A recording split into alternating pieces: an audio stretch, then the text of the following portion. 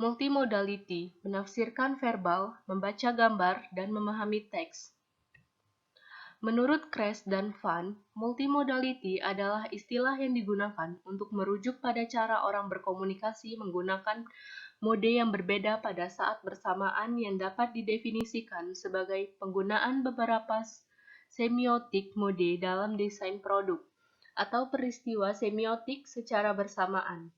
Dan dengan cara tertentu, mode-mode ini digabungkan untuk memperkuat, melengkapi, atau berada dalam susunan tertentu. Dalam konteks analisis teks, multimodality menurut peneliti dapat dipahami sebagai sebuah prosedur analisis yang menggabungkan alat dan langkah analisis linguistik seperti misalnya sistem fungsional linguistik atau SFL atau tata bahasa fungsional dengan alat analisis untuk memahami gambar bila teks yang dianalisis menggunakan dua mode, verbal dan gambar. Tata bahasa dianggap sebagai dasar penting kerangka analisis multimodal. Contoh sederhana penerapan langkah analisa. Analisa dilakukan pada dua gambar, yaitu gambar 1 dan 2, yang berperan sebagai ilustrasi yang diambil dari buku bahasa Inggris untuk sekolah dasar yang diterbitkan salah satu penerbit di Bandung. Ini adalah contoh gambar 1 dan hasil analisisnya adalah pada gambar di atas ada dua partisipan, seorang anak yang berkata, "This is the kitchen. My mom is cooking." Dengan kedua tangan yang terentang, memakai baju warna biru, dengan kerah warna oranye dan celana panjang coklat. Posisi anak ini di sebelah kanan gambar. Tatapannya meskipun tidak begitu jelas menuju pada partisipan lainnya, seorang ibu yang sedang memasak. Ibu di sebelah kiri gambar berdiri dengan posisi sedikit menyamping dan tatapannya tidak ditunjukkan pada anak tetapi mengarah pada apa yang ada di depannya. Di depan samping ibu adalah wajan dan katel. Wajan dan katil, meja, dan benda lainnya menjadi setting di mana proses berlangsung. Analisis atau signifikasi vektor dalam gambar ini direalisasikan melalui tatapan mata bergerak dari anak menuju ibu. Dengan demikian, anak menjadi reaktor sementara ibu menjadi fenomena, seseorang yang kegiatannya diceritakan. Objek dalam gambar ini digambarkan dalam ukuran yang kecil dan menggunakan medium close-shot, menempatkan kita sebagai viewer sedikit di atas gambar. Ketika kita melihat gambar, kita seperti sedikit melihat ke bawah. Ini dapat dimaknai bahwa sebagai viewer kita dapat melihat kuasa lebih daripada respen partisipan yang ada pada gambar.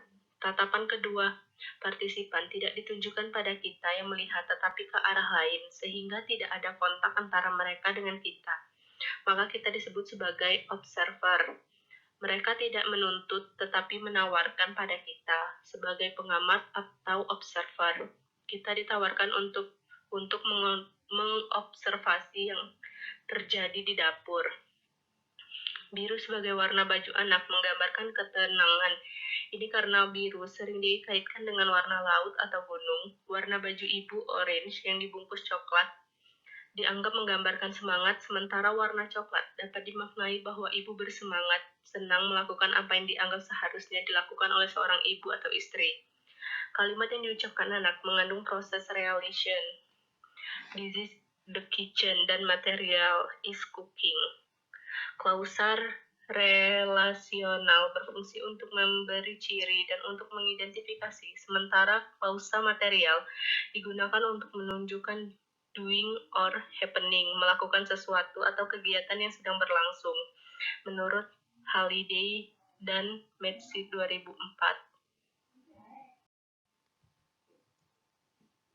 Contoh selanjutnya itu adalah gambar 2 dan hasil analisisnya adalah pada gambar ini ada dua partisipan. Anak masih menggunakan pakaian yang sama dengan yang dipakai di gambar 1.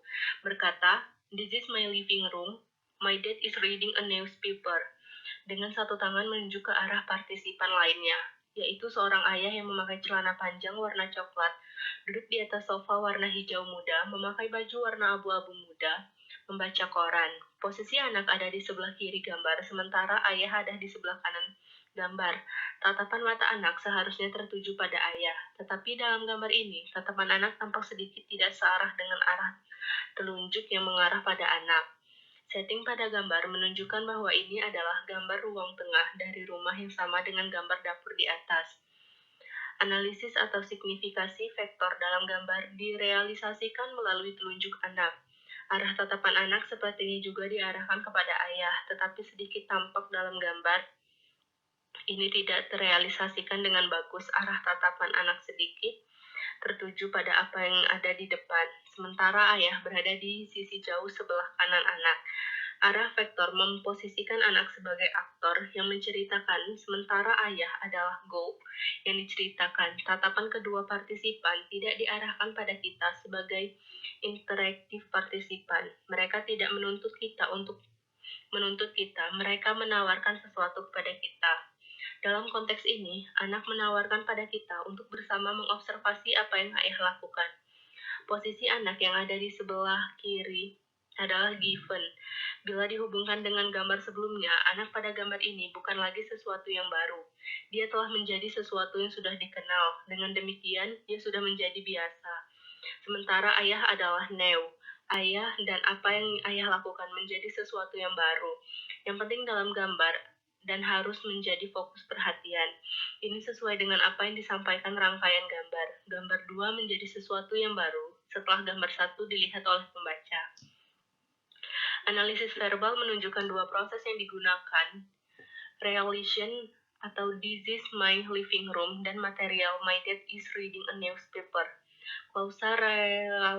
Klausa relasional mengidentifikasikan ruangan, menunjukkan apa yang menjadi ciri ruangan. Ciri ruangan adalah adanya meja, sofa, dan hiasan dinding. Ruang tengah adalah ruang yang digunakan salah satunya untuk ayah membaca. Klausa material digunakan untuk menunjukkan bahwa ayah adalah seorang yang melakukan sesuatu yang sewajarnya dilakukan ayah, yaitu membaca koran di ruang tengah. Dari sudut pandang hubungan verbal dan visual dalam kedua gambar di atas, teks verbal dalam bentuk speech balloon memperluas makna yang disampaikan gambar dan sebaliknya. Gambar memperluas makna yang disampaikan apa yang diucapkan dalam speech balloon. Secara keseluruhan, pesan yang disampaikan kedua ilustrasi dari buku teks bahasa Inggris untuk SD ini adalah ibu dan ayah memiliki ruang yang menjadi penanda identitas genre sekaligus menunjukkan tugas domestik yang menjadi ciri yang melekat di dalamnya. Image atau gambar memiliki beragam hubungan yang mungkin dengan verbal, kata-kata. Bagi Barrage dikutip dalam Kress dan Van 2006, verbal menambah atau memperluas makna image dan sebaliknya, atau verbal memperjelaskan image dan sebaliknya. Kress dan Van lebih jauh mengatakan bahwa bagi Kress, makna image khususnya dalam semiotik mode lain selalu dihubungkan dengan dan tergantung pada makna teks verbal. Sementara bagi Kress dan Van, komponen visual teks image adalah sebuah pesan yang disusun dan diatur secara mandiri, berhubungan dengan teks verbal tapi tidak tergantung atau garis miring dari peneliti padanya. Chen 2010 menggunakan 4 kategori heteroglossy dimension yang diajukan Martin dan Witt. Dikutip dalam Chen 2010 menemukan bahwa suara atau pesan yang disampaikan yang visual bisa bertentangan atau disclaim dengan suara atau pesan yang disampaikan verbal. Padahal teks verbal dan visual ini muncul secara bersamaan dalam sebuah kesempatan.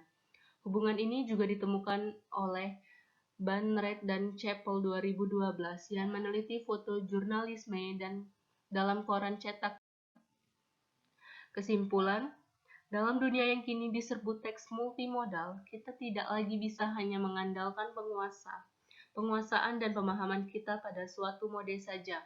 Untuk memahami pesan yang disampaikan teks secara menyeluruh dan lebih benar, kita harus menguasai cara membaca gambar, sesuatu yang selama ini dianggap tak cukup diwakili oleh 1000 kata.